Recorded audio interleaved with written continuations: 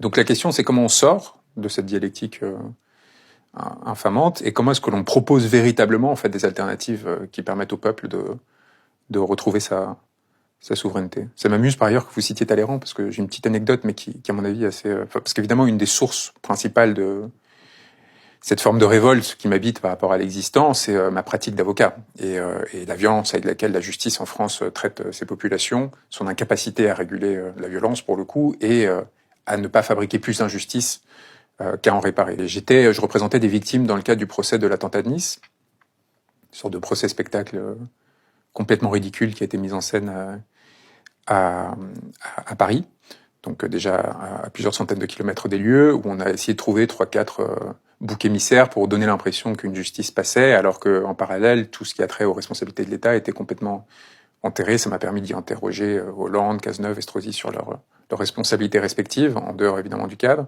ce qui avait le don d'irriter beaucoup le président. Et donc je fais ma plaidoirie, qui est une plaidoirie où j'énonce vouloir le scandale.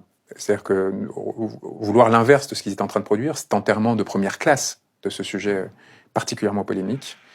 Et chose extraordinairement rare et quasiment unique dans un procès aux assises, le président a repris la parole après ma plaidoirie. Il s'en est excusé, il a dit lui-même, je le fais rarement. Et il a dit, comme le disait un grand penseur, tout ce qui est excessif est insignifiant. Or, cette citation n'est pas d'un grand penseur, mais d'un homme de pouvoir plutôt de droite, qui s'appelle Talleyrand.